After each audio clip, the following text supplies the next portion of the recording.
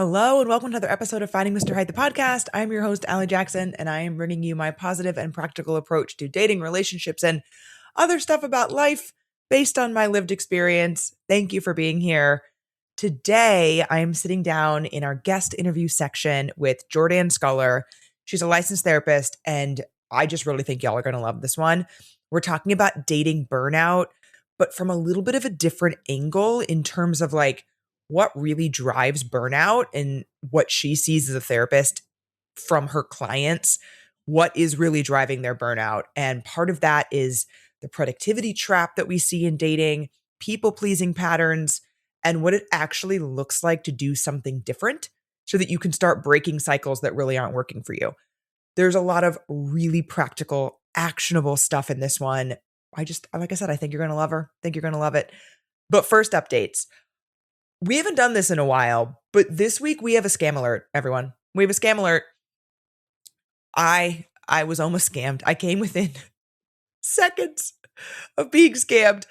I'm not going to lie. I feel a little bit like an 80-year-old grandmother in recounting this story. Like that you're like, Grandma, how did you almost get scammed in this way? It seems so obvious.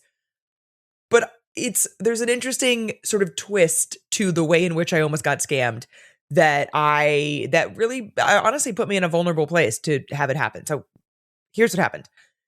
So earlier last week, like at the beginning of this past week, I had some unauthorized charges on one of my credit cards. The one that I use the most often, my Chase Sapphire Reserve. I had some Amazon grocery charges. I don't use Amazon grocery. Also, that's not even the card that's in my Amazon account. I have a different card in there. So like there should not be any Amazon charges on this card, nor do I ever use Amazon grocery. I was like looking up, is there a company that I buy from that maybe uses it? It was like a $200 charge. I did all this research to be like, maybe there is something I purchased that is that, because honestly, I was trying to find a reason not to cancel my card. I think we all know how annoying it is to cancel a credit card, especially the one you used most often, that number is everywhere. And I'm leaving on an international trip in now a week, but at this point it was a little over a week. And I'm bringing that card with me. It's the one I use most often internationally. So it was like, this would be really annoying if my credit card number has been compromised. I have the physical card, so like unclear how this happened. But I went down this rabbit hole of trying to find any reason why there would be a legitimate Amazon grocery charge on my card. And there was not a legitimate reason. I had to cancel the card. So I reported the charges as fraudulent. Chase makes it really easy. They called me, they verified, where I was like, nope, that wasn't me. Please send me a new card, whatever. I already have the new card. That was like very seamless.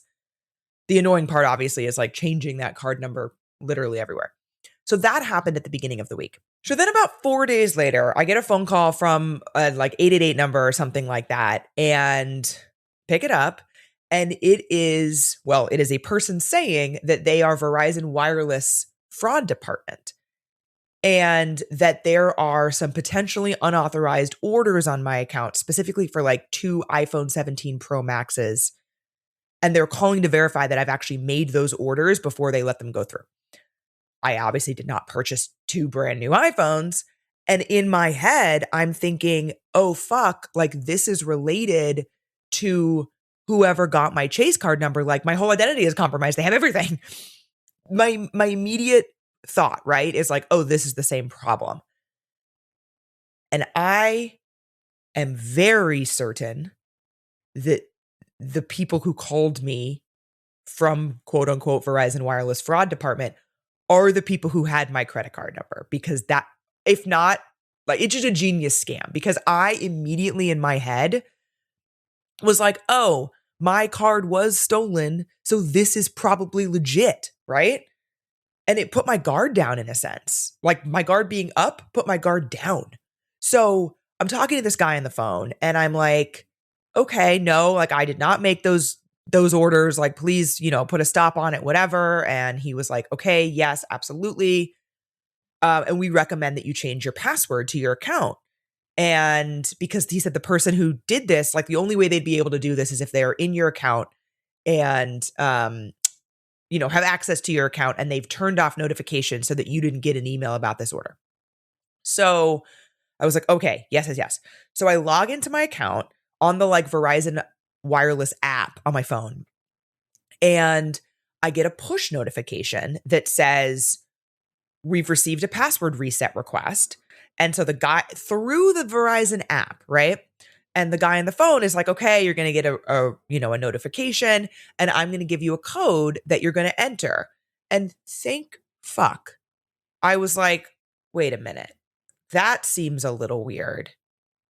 And then I read the fine print in the push notification that I got that I was literally about to click yes on to change my password. And it said, only click yes if you originated this password reset request, which I didn't.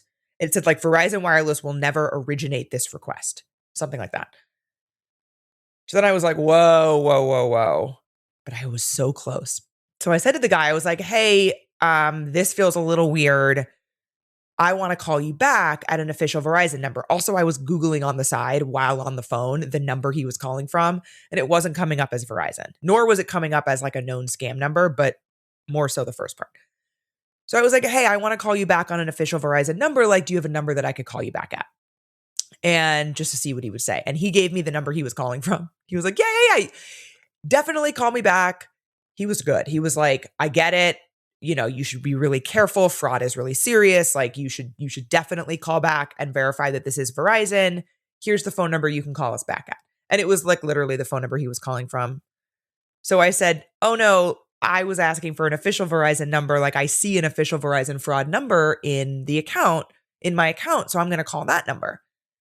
And he was like, yep, so smart. Great idea. Definitely. He's like, you have two options. You can call that number that you see in your account and get them to stop, like you probably won't get connected to me again, but you can get, whatever agent it is to stop that order.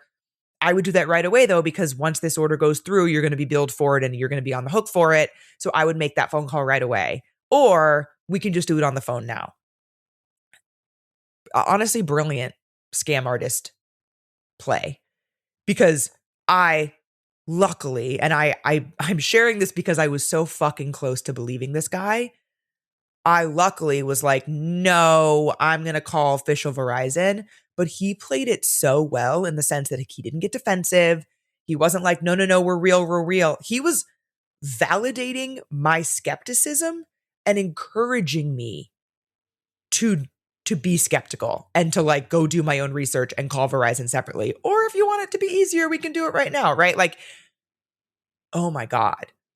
And so I hung up, took a deep breath and was like, okay, you were almost very dumb, but you were not very dumb. Good job. Let's actually call Verizon. I called Verizon and they said, that was not us. We would never like initiate a password reset request for you, nor would we provide you with the new password, which is the part that I thought was hinky. Like that was where I was like, wait a minute. I've had companies, Verizon included, like text me a code from Verizon that I then give them to like verify, but never that the other way. And then the actual Verizon fraud guy was like, yeah, so like what they would have done is you changed your password for them to a password that they now have, and then they would have immediately changed it again, and then you would have lost access to your account and they would have placed orders then that you would then be on the hook for. I was like, fuck. So I was almost very dumb. So scam alert. I share this because I almost fell for it and ultimately didn't. But I feel in my heart of hearts that it was the same people who had my credit card number, because there were two Amazon grocery charges, actually. One for, like I said, $200, and the other one was for like $5. And I didn't notice until there were already two and then canceled it. So my guess is that they went to use it again. It got declined because I had canceled it. And they were like, okay, now she knows that somebody had her credit card number. Now is a great time for her to make her think that other people have other things and that other accounts have been compromised. Genius. Obviously very illegal, awful, terrible. Genius though. Genius scam that I thank goodness didn't fall for. And I was going to meet Skyline for drinks. And I got there and was like, babe, I almost gave up the house. Like, obviously not. But he was like, oh no. I'm like, I am an 80-year-old grandmother getting scammed out of my life savings. But I didn't happen. I didn't do it. So that is my scam alert for all of you. Beware, because I almost wasn't. This was a really good week. Besides not getting, well, I guess it was a good week because I didn't get scammed. But besides needing to cancel my credit card, this was a really, really good week. We had our monthly live Patreon, which is my favorite Patreon to do of the whole month. It's so fun to chat with them live and you all live because they're listening now too. And people are just active in the chat and asking questions and giving suggestions and going back and forth. And I bring listener questions with me that have gotten submitted previously, like before the live. But in a lot of the lives, this one included, people are asking questions in real time. Like this time we talked about, how to know if someone's the one, and I'm putting that in quotes. And we talked about some career stuff. I've been loving talking more about career on the Patreon. My career advice, things I wish I had known, things I've learned over the years in like 16 years of corporate life, even though I no longer work for a corporation. I work, well, that's not true. 1099. I still work for them, just not full time. But I am corporate adjacent. And it's actually been interesting in the year and a half-ish that I've been working for myself and freelancing. Now I'm like exposed to more corporations. So it's actually been kind of interesting how my perspective has shifted and expanded, I would say, in the advice that I give about navigating in a corporate space, because I'm now seeing so many more of them. Like right now I have 5 clients and I go into 3 of their offices on a semi-regular basis. One of them I go every week once. And so like I get to see these different corporate environments and how leadership who have hired me are like thinking about things within their corporation. It's been really interesting. I didn't expect this freelance experience to give me an even better perspective on corporate life and kind of like the advice that I'm able to offer, not just from my personal experience now in being a corporate employee, but now kind of on the other side of it in a sense. So that's just been really cool. I just had some really great work wins this week. When you just like, you come out of a meeting, I gave a couple presentations this week. When you come out of presenting something or you come out of a meeting and you're like, I crushed that. Like, I'm good at this. That happened twice this week and it just felt so good. And it made me so happy that I decided to, when I did decide to quit my corporate job, that it wasn't like, oh, I'm going to quit and do FMH full time. Like, I'm so happy that I knew that that wasn't for me and that I wanted to maintain the work that I was doing in the retail industry because I love it, but I love doing it in a more flexible way. So like that was really cool to be like, those meetings went so well. Like I really love doing this. I'm really good at it. And I get to do it on my terms a little bit more. Like I'm just so grateful and so lucky that that's the case. And I was doing some projections for the rest of the year. So I just onboarded a new client. I'm expanding my scope with a different client, the one that I'm going into the office now pretty much once a week. I just did some projections. And if all goes according to plan, I will be replacing my corporate salary with my corporate consulting this year, which is just super exciting. And it's funny timing because I literally just was talking in the Patreon live about making the decision to leave my full-time job for a like work-life balance reason, and knowing in making that decision, or thinking I knew in making that decision, that I probably would not be making as much money, certainly not in the short term. I knew that to be the case. Like I knew that I was, as any entrepreneur, people starting a business knows, that I was going to be living on savings for a little while. And so I was literally just talking about in that live, like a few days ago, that I made that choice and that I have not replaced my salary and that I'm in a great spot that I'm really happy with. And now to like onboard this new client and have that scope expansion and do this projection and be like, actually, I think I'm going to this year. I have more expenses now. Not that much more. Like it's pretty low overhead business consulting, but I do still have more expenses like health insurance, for example, than I did when I was W-2. But still, it was just a really rewarding week from like getting to chat with the patrons and having those work wins, and just it's not often that a week feels like such a complete overall win. I mean, it was our anniversary. Like that was super fun. So I'm trying to actually stop and notice it. Another thing that was really fun this week is I went to an alumni event for my high school that I actually went to since kindergarten. And it's the same event actually that I went to 2 years ago, almost to the day, the night that I ended up meeting Skyline, and we like talked all night, etc. So it was a little full circle. My school is celebrating their centennial anniversary, like 100 years of the school. So they have like a whole tour situation going on into different major cities. And they usually do this event in April. I didn't go last year. Maybe they didn't have it. But this year they encouraged plus ones. So I brought Skyline, got to meet a bunch of people's partners that I hadn't met before, see a bunch of people that I've known since I was like 7 or 8, like former teachers, like former head of school. It just was super, super fun. And afterwards, Skyline and I actually went to the bar where we met officially and had tequila espresso martinis like we did that night. Unfortunately, our Uber back did not go over the Manhattan Bridge, so we did not get to see the skyline. That's okay. But it was just really fun. It was really, really fun. And speaking of, it's funny, like as I said that on, like my thought in my head was like, oh, this night's going to be so fun. We're going to go to this alumni event. We're going to go get espresso martinis and like, we'll probably take a car home and we'll see the skyline. And then the car went a different way. And obviously that's fine. It's not a big deal. But it's funny that happened in that like expectations versus reality way, because this week's media mention is literally about that. So this week's media mention is a TikTok account. She's also on Instagram that I fell into an absolute rabbit hole on recently. Her handle is Blussomly. I don't really know how to pronounce it. Blussomly on both TikTok and Instagram. I will put that in the show notes.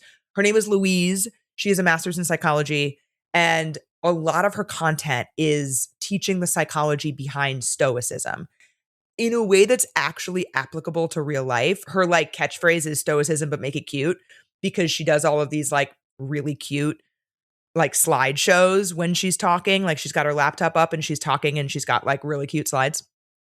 And I highly, highly, highly recommend her entire account. The video that got me, that I really related to, that I talked to my therapist about this week, was the concept of stoicism as it relates to the gap between expectation and reality, and how most of the time when we're upset about something, it's not because something bad happened. It's because something happened differently than we pictured it happening. And she makes this distinction between different and wrong, and how our brains treat them like they're the same thing when really they're not. And this is something that I really struggle with. And so that's why it really struck me. It's something I catch myself doing all the time in both big and small moments. Like the skyline thing is obviously a very small moment. But other examples are maybe a conversation doesn't go how you had it in your head, or a plan shifts, or somebody responds in a way that you weren't expecting. And that tension between expectation and reality causes distress. And her whole thing is stoicism, right? And it's about facing those types of things with a more neutral air and sort of stopping to ask if there's even a problem. Because oftentimes my brain does not stop to ask itself, is this actually a problem? When there's a mismatch between expectation and reality. And most of the time there's not. And I really love her account. I loved this video in particular. She ends the particular video I'm talking about, which is pinned, by the way, to her Instagram. She ends it with this reframe of receiving an outcome instead of immediately pushing it away when it doesn't look like what you pictured. And that's really hard for me to do. It's really hard for me to receive an outcome neutrally if it wasn't the outcome I was expecting.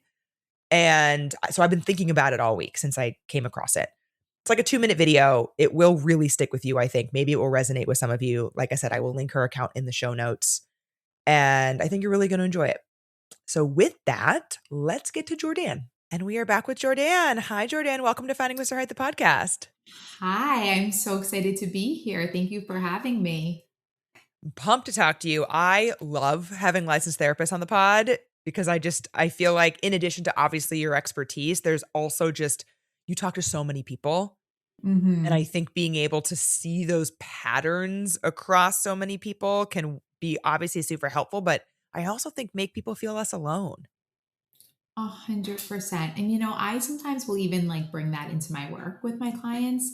If I am noticing a theme, it's so Yeah, interesting. Sometimes things go in waves, and sometimes one week I'll see this theme that's kind of overarching with so many of my clients. And I share that with them that I'm seeing that throughout because it does. It really helps people not feel alone and normalizes so many different experiences. for sure. I would imagine over the last, I don't know, decade maybe, but especially recently, you've probably been noticing themes of dating burnout. Oh, yeah. It's just getting worse and worse. It Yes. really is.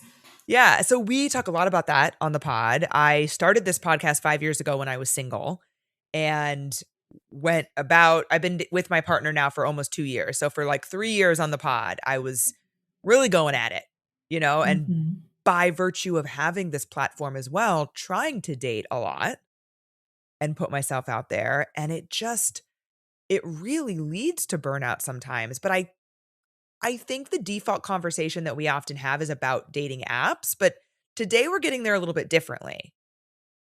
And so what does dating burnout actually look like for your clients? How do they describe it? It's interesting. I think people usually start with the apps, Mm, but I am hearing more and more and more just like how awful the apps are. Right? I think yeah. that that's kind of a theme right now. Maybe they had their prime and they're just done. And all my clients, all the good people are gone. I'm getting the same people. The algorithms are so tricky now. And people are exhausted from swiping Yeah. and not really getting anything in return.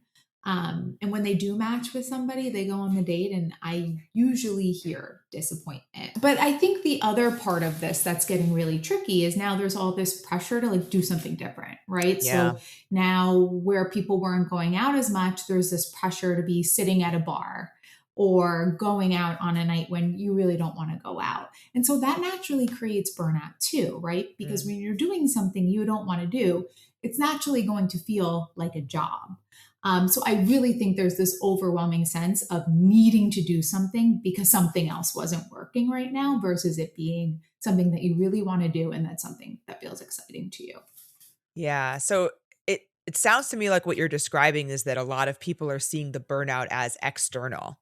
Like that problem is Completely. this thing that's happening outside of me. Completely. But, of course, then people come to therapy and they say, what's wrong with me? Right. And Mhm. that naturally creates burnout too, because when you think something is wrong with you, then you don't want to do the thing that feels like it's hurting you. Right. So instead of looking at it as something is wrong with you, I really help clients frame it more as how can we look at you? How can we look at you in the mirror to help challenge you to do something different? Something that feels like it's what you want to do and is within your control. Do you have an example of what that can look like? Yeah, I mean, if I tell a client, go do something different, go to a club, go to a bar, and they don't want to be doing it, right? Like Yeah. we're talking about, it's not going to feel right. But if there's ever a moment when they catch themselves and they're like, maybe I want to go sit at a cafe today and read a book, Hmm. right? I say take advantage of that moment. Do the things where you feel like it's what you want to do, and you will feel different doing them. So, like, leaning into opportunities that arise rather than feeling like you have to create these opportunities all the time when it's not feeling natural to you. Yes, because I think there's all this pressure to do what you just said, right? You should be going and doing these things, and it's Mhm. not going to work. It's just not going to work if it doesn't feel right and natural to you. Yeah, I mean, I talk to people a lot about dating as well, and I remember from when I was dating, like, the dates that I absolutely did not wanna go on, I generally did not have a good time. That was not a good date. Right. Not surprised at all, right? How No. did you go into those dates, right? You were probably miserable. Yeah, and I'm sure that comes across, so, like, he's not having a Mhm. good time because 'cause I'm obviously not having Mhm. a good time, and it's a waste of everyone's time. Completely. And so one of the things that I've seen you kind of talk about and that when we were going back and forth about doing this episode is the productivity trap. within Mm. dating. And I personally love a to-do list. I love feeling like I'm checking things off, and I'm a very logical, process-driven person. Mm. Mhm. And I definitely applied that to my dating life, and I did have a lot of success with it, but I think my brain naturally does that and likes it. It sounds like, though, you've seen with a lot of your clients that that becomes a little bit of a trap. Yeah, I mean, even if we're going off of what I was just saying, if something's feeling like it's something that you have to do to be productive in dating, I'm always curious about what that expectation is and where it's coming from.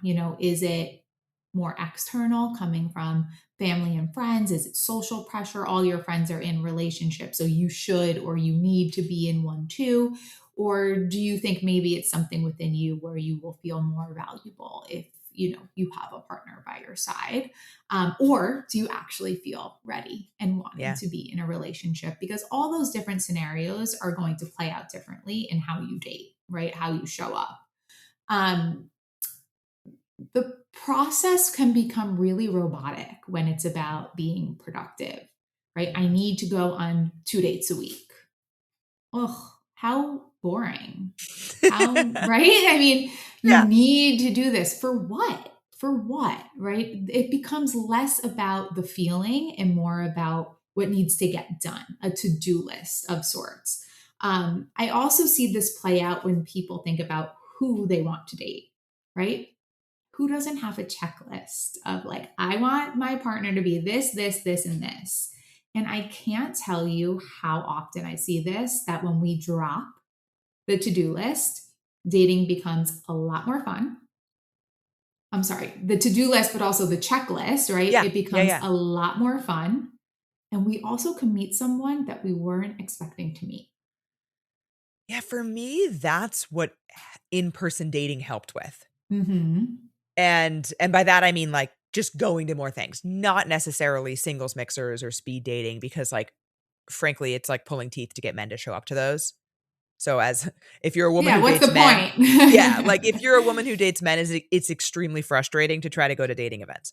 But going to non-in-person events and interacting with people just out in the wild randomly, you sort of inherently have to throw out your checklist because you're not being given any information about that person the way that you are in a dating app. Like, for me, that Hmm. really helped.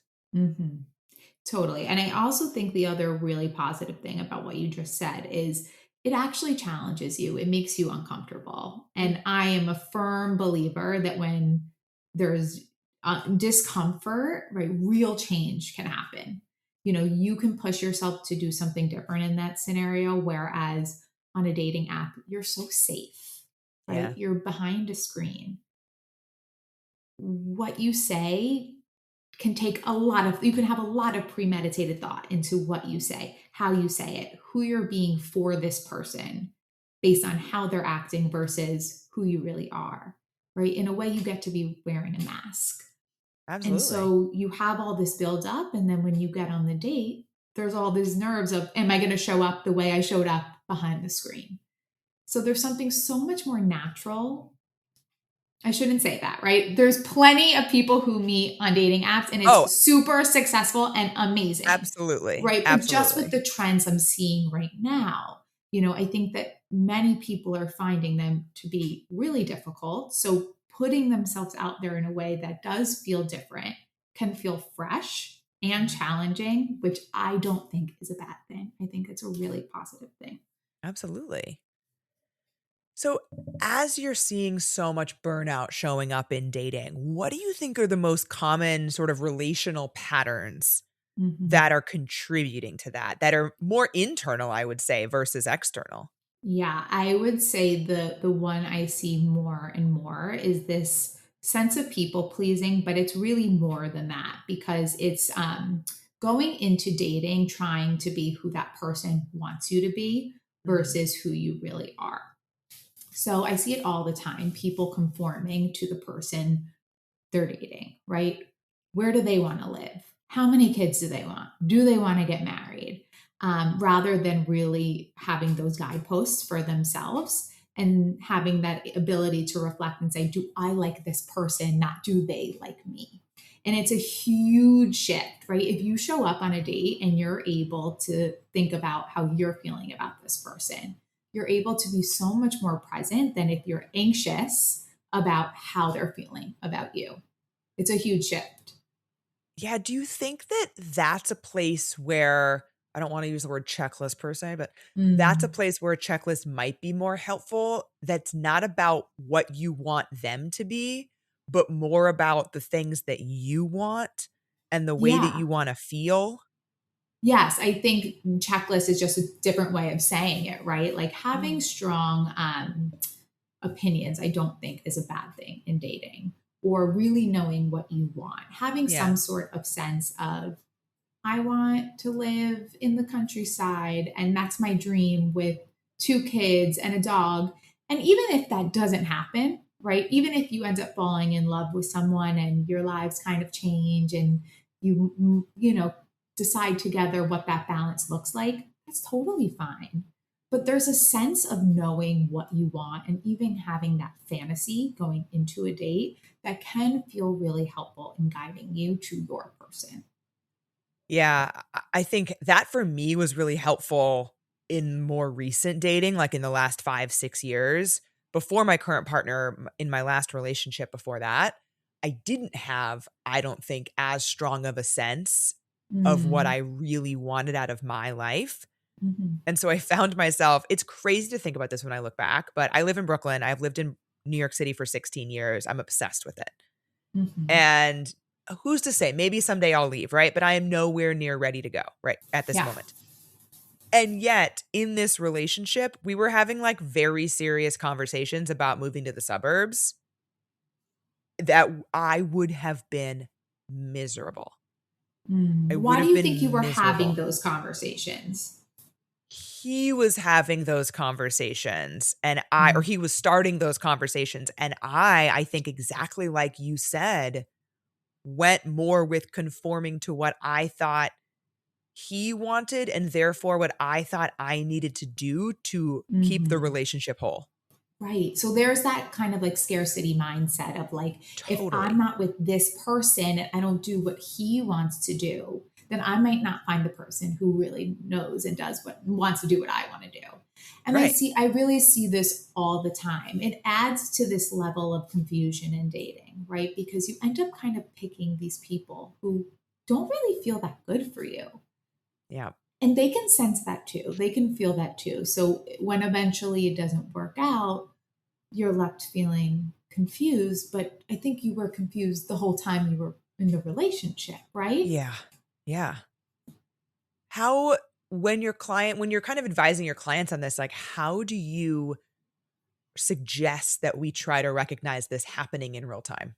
Because Yeah. that to me, So, that's the hardest part. It's so easy for me to look back yes. 6 years ago and be like, "Oh yeah, that was crazy."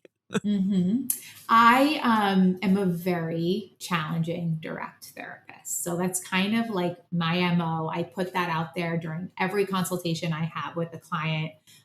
It's how I built my practice. I am a firm believer in if we're really not doing the work and looking at ourselves and we're just pointing fingers at the people around us, nothing is going to change, Yeah. right? So my clients all know that, and I can have this really strong, direct, challenging way of working because I also build very strong, trusted bonds with my clients.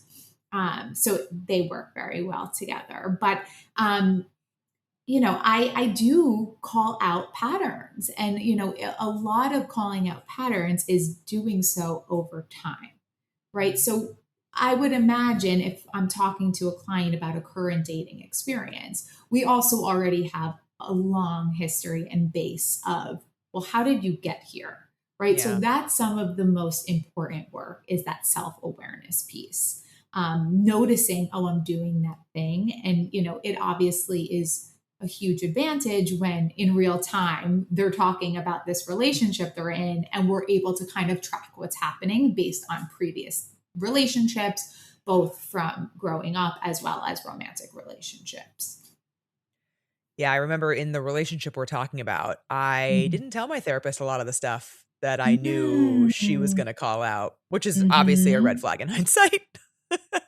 Yeah. Yeah. I mean, I usually can kind of track when there's something not being said, but right, I'm like sure, that yeah. says so much more about where you were, right? Than obviously anything to do with your therapist, but it speaks to where exactly kind of how you were proceeding in that relationship. You were hiding yourself, Yeah, right? And that was coming across in the relationship you had with your therapist as well.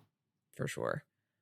Do you find that when people are recognizing these relational patterns, like let's say the people pleasing, that you were kind of talking about, do you find that that is showing up in non-romantic relationships in that person's life as well? Yes. Yes, totally. So whatever patterns are relational in your life do show up throughout all relationships, right? And I think that that's so powerful to recognize. Yeah. And that's really where, when you start doing the real work around this, like you watch your life really change, because it starts with the internal work of the relationship you have with yourself, but that trickles out into all relationships, romantic, friendships, parental relationships, work relationships. I have a client right now that we are literally watching the parallels of her life in both her romantic world and her work world. Oh, And it's wow. unbelievable to watch her have this self awareness and realize what's happening in real time. Like you were saying before, it's really powerful. Yeah, now that you're saying that, I left a job that I like absolutely hated right around that same time in Wow. the same like 3-month span of time that I broke up with him. So what was it that you think you realized? I don't know. I think so. This was during COVID, by the way, like peak. I Mm. met him in February of 2020, Uh-huh. maybe end Okay. of January, but like right Very before COVID-y times. Yeah. yes, like we were super fresh when COVID Hmm. happened. And I was in that job at the time. And I think that not just for me, I think for a lot of people, I think that time put a lot of things in perspective. Hmm. I was definitely spending a lot more time by myself with my thoughts. And Hmm. I think I had a lot more time to reflect on what do I actually want my life to look like? Yeah. Like I've maybe been sort of on autopilot, going to the office 5 days a week and at this job that I did not like and, doing like all of these things just because I've done them, just because that's the Well, that's momentum of my it. It's life. comfortable, Mm, right? Like I always say, even if something is comfortable, doesn't mean it's good for us or it's yeah. healthy, right? Doing the hard things are the things that are going to really change us. Yeah. And as I think back, this has turned into a therapy session, not mind. As I But, like, I've actually never connected that dot before, and also now as I'm thinking back, my dad passed away in 2018, Mm, and I think I held on to a lot of momentum because that very big thing had stopped, mhm, and so I held on to a lot of things that felt comfortable mhm. so that because I was dealing with this one really big thing that was no longer comfortable, Right. And of and course, during times of trauma as well, right? We're going to do things that we don't even know what we're doing or why we're doing them, right? So yeah. that sounds like a really, really natural position for you to have been in at the time. Yeah, so I think so yeah, so I think to answer your question, I think it was spending more time with my thoughts, but also I think getting more space from that event to Hmm. where I was like, "Okay, I think I'm okay about that now." Obviously I'm still grieving to this day, but like Yeah. we can be uncomfortable in other areas now. Like we're There was safe. It's room okay. for it. There was Yeah. room for it. Yeah. Where Yeah. maybe there wasn't before. Right. So when you see your client start to kind of break a pattern, I mean, one of your sort of a whole brand ethos is like finding comfort in the discomfort, right? Like you Yes. said. Yes.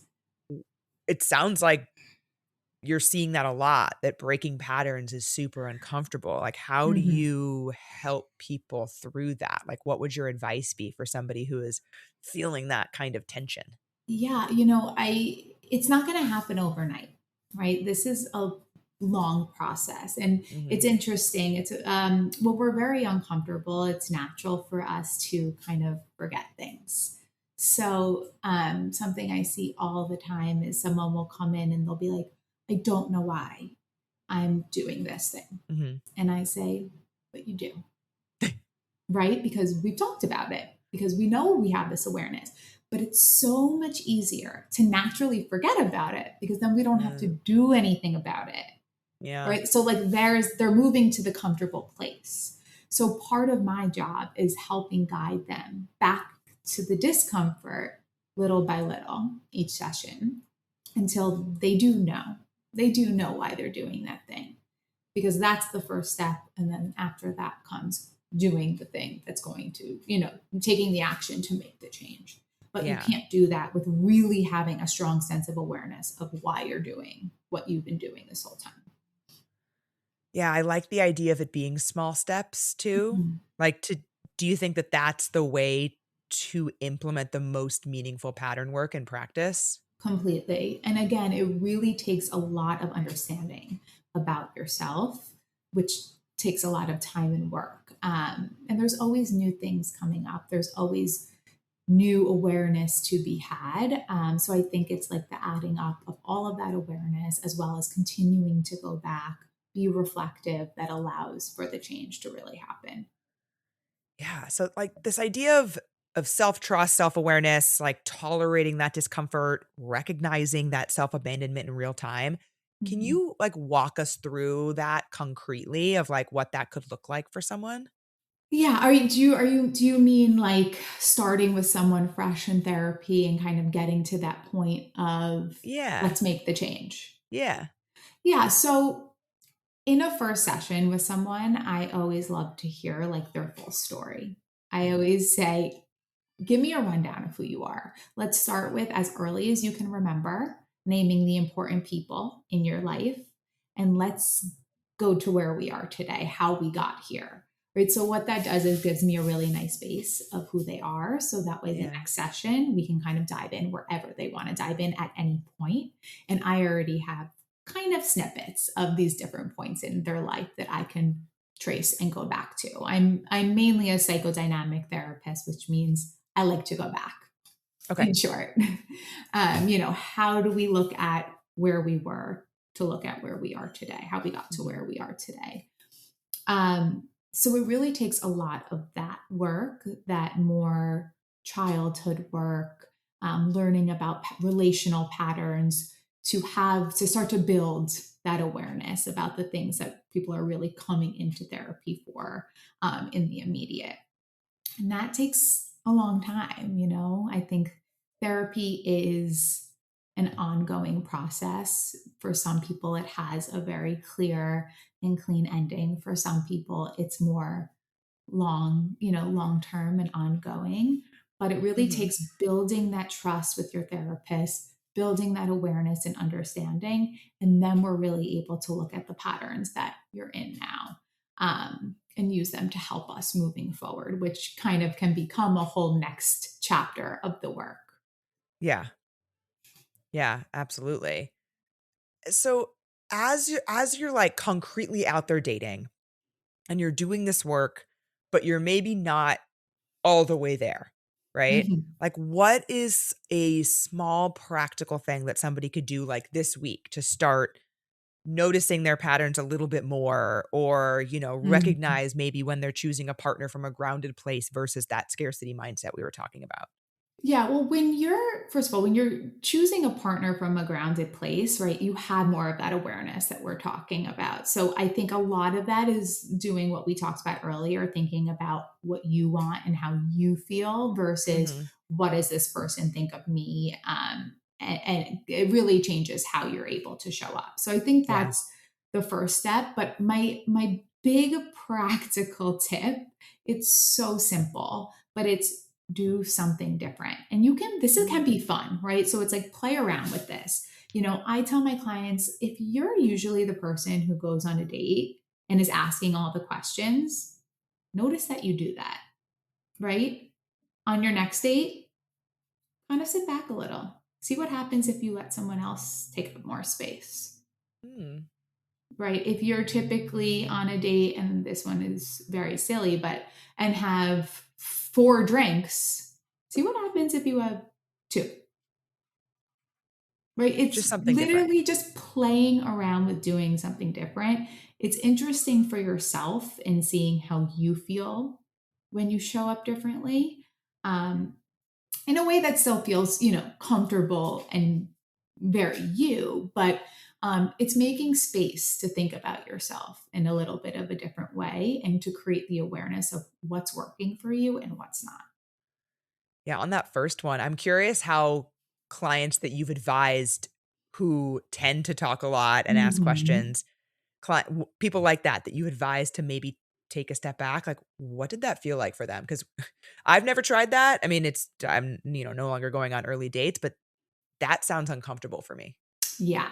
And it's actually a really good one, Yeah. because it leaves space for more questions to be asked to you, right? So Mhm. that's naturally more vulnerable, creating space for you to need to answer questions. Again, very challenging. Um, but I think all of these little things can feel a little bit uncomfortable. But I think what provides, awareness and clarity is, okay, well, did that feel kind of good for someone else to show up for me a little bit more rather than me kind of putting it all out there and leading the way? Right? Am I someone who always feels I need to lead? And then we look at, well, why do you feel that way? Do you know how to be taken care of? Do you want to be taken care of? Right? Like there's all Mhm. these little nuances that can come from the patterns that we see in the way that you date. And if something isn't working for you, it isn't working for you for a reason. Yeah. And being able to recognize that is such an important first step and really It's so hard. powerful. Yeah. Really hard. But that's why, like, Yeah. kind of in this do something different stage, like, it Mhm. can be fun because you kind of take dating a little bit less seriously when you're kind of like experimenting, and something really beautiful and natural can come from that. Yeah, what are some other ones that I can imagine listeners being like, "Oh, I wanna try this." Like, what are some other things that you've advised on the do something different front? Again, a kind of a silly one, but if you tend to kiss on a first date or be intimate on a first date, see what happens when you don't. Mhm. Does that feel good for you? Does that not feel good for you? How does the other person react? How does the other person respect you? If you're usually the one to make the plans, see what happens if you take a step back from that, right? It's just really what getting out of your normal patterns and Yeah. trying to do something different. One that I tried for a while was limiting my first date length. Hmm. So, like, I used to be the queen of a marathon first date. I Yeah. loved a marathon first date, and I Hmm. still had them in my later years of dating. Like, I didn't completely eliminate them. But there was a stretch where I was very purposefully trying not to, and so I would actually schedule things after my first date. Like, Hmm. I would schedule a 9 o'clock dinner with a friend after a 7 o'clock drinks date. Yeah. So it was like, I have to be out of there after 90 minutes or I won't make dinner. What were you thinking a marathon first date was related to for you? Like, why do you think you loved that so much? I think there's like I don't know if, dopamine's the right word, but I think it is. I got like a rush from that connection. That like, "Oh Mm, my god, we're having so much fun that we're here for so long, we just don't wanna stop talking. We're mhm. closing down the place." Right. It's almost Like, like a false sense of intimacy, it's exactly that. It's right? exactly that. It's Yeah. like, "Oh my god, I can't believe I just talked to that stranger for 6 hours." Like, that's Mm. wild. Mhm. And normally, with a couple exceptions, normally I was a, like, kiss at the end of a first date, but normally I would not go home with someone. So it, like, wasn't even physical intimacy. Right. It was that intellectual and emotional connection that Mhm. I Which would can be. sometimes be much deeper, right, when we're Oh, yeah. talking about a first date. Oh, yeah. Yeah. And so I can think back to so many marathon first dates that I had where I would feel so connected to this person Mhm. and then be so irrationally upset if we didn't go out again, or if we did, but the Right. second date wasn't as good. Right. And then I'm like, Right. well, what There's that happened? expectation is Yeah. there. Yeah. Yeah, exactly. Another one I see a lot is the oversharing. Yeah. Right? So that is a big one because that also creates a false sense of intimacy. And I think that's a really important one to look at in terms of why you're doing that, right? Like, what does Mhm. that provide for you? What are you putting out there that you want to make sure that they're going to accept? That's one I see a lot too. So that one is very good, a good example in kind of taking that step back as well and seeing how it feels for you if you don't overshare. And I think a lot of these things are really like you're kind of alluding to, like on a first date, feel Yeah. safer and more playful to play around with. I think so much of this comes up in dating, right? Like the patterns that we're seeing and needing to do something different, like you said, and confront our own things that internally are happening. Something that I found for me is that moving into a long-term relationship has its own set of Mhm. challenges in terms of confronting the patterns I have. Yes, like different patterns. Different, sometimes similar though. Like there's still, I think for me, like let's go back to that scarcity mindset. Hmm. I think in past long-term relationships, not as much my current one because I worked on it in the past, that I would find myself going back into that scarcity mindset in a relationship in a Hmm. same way that I would in early dating when I thought that Hmm. I was like good on that front. Yes, that this happens all the time, right? Sometimes when we become secure in relationships, patterns can evolve again, Mhm. similar patterns. And usually that's because something is being triggered from the previous pattern that's kind of sparking that for you. Um, this is kind of like the lifelong battle, right? Yeah. But if you have the awareness and you have, oh, this is coming up for me, I notice I'm doing this thing, and you understand why it's coming up, like that gives you so much power. And the beautiful thing about this coming up once you're in a long-term relationship is the vulnerability that presents, right? Like if this Yeah. presents an opportunity for closeness. So you're having this moment where you're feeling really triggered, and let's say it's I don't know, you have trust issues and you really trust your partner, but one night they're going out, they don't text you. They don't text you what time they're coming home. And all of a sudden, these old feelings of where are they? Are they cheating on me? Right? Like this is all happening and it's not their fault. They're not doing anything. This is right. This is on you. Right. They haven't done anything. The next day, talk about it. I was having this feeling last night. I didn't like it. This is something I used to feel all the time, and this is why I feel it. Right? It creates a moment of closeness and connection. And I think that that's a really beautiful thing. But again, if you didn't have that awareness of Yeah. why it was happening to you, you might run with it. You might yell at your partner. You might rage text them. Why aren't you answering me? What time are you going to be home? Right? But when you can realize that this is kind of something going on within you and it doesn't have anything to do with the other person, that gives you that that power and to be vulnerable and close. Yeah. That's such good advice because it's something that you can't leverage as much in early dating, right? No. Like you've like met this person this one time. Yeah. And I think there's so much opportunity for connection, for closeness, like you said, Hmm. in a relationship to be able to have that dialogue. Yes. Like something that I struggle with a lot is when plans change, Mm-hmm. especially something that I'm like really excited about or that I've put a lot of emotional weight on for whatever reason. Like I am not particularly adaptable in moments like that. Hmm. And that's something that I've been really open and vulnerable with my partner about that I'm working on. Like I would like to be less thrown off when plans change. But he, on the other hand, has been able to meet me there a little bit and know that, like, if plans change, that some soothing words before we jump right into logistics of the Yes. change can go, the like, that can just fix everything. Yes. And how amazing that you know. what you need so that he can give that to you, right? Like that is relationship. That's being taken care of in a way that you want to be taken care of. And he didn't have to guess, right? Maybe at Yeah. first he did, right? And it wasn't working. But then when you can really ask for what you need because you know what you need, it allows for your partner to show up for you in the way that automatically feels right, right? Yeah. I remember the first time that it happened. I don't remember what the thing was that we had to move around, but if we're like macro level talking about love languages, I am a words of affirmation person. Mm-hmm. He is acts of service.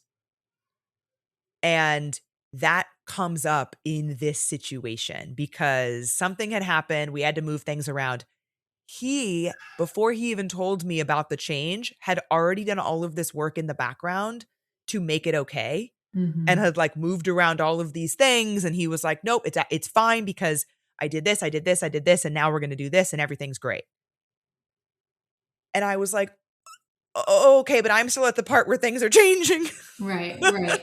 And that's so common, right? Because we think our partner needs the love that we want to get, Yeah.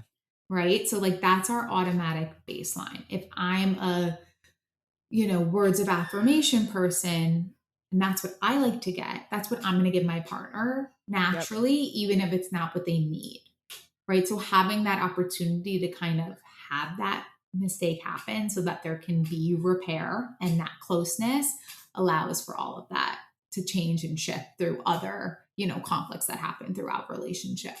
Yeah, totally. And I think a younger version of me wouldn't have said anything Mm. and would have been like, well, he did all these things to make it good. So it's And okay. so it's Yeah. fine. And I would never have opened up about the discomfort that I had felt in the method. Yeah. And that doesn't feel good. Like you end up No. feeling lonely in your Yeah, relationship, right? You can feel physically close to someone and still feel so lonely when for you're sure. just with your emotions and there's no dialogue and understanding who you are and what you need. Yeah, absolutely.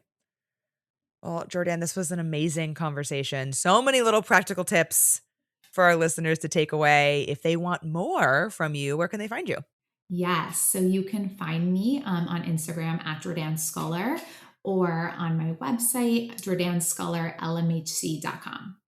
Amazing. Thank you so much for being here. Thank you. This was awesome. And to our listeners, we'll talk next week.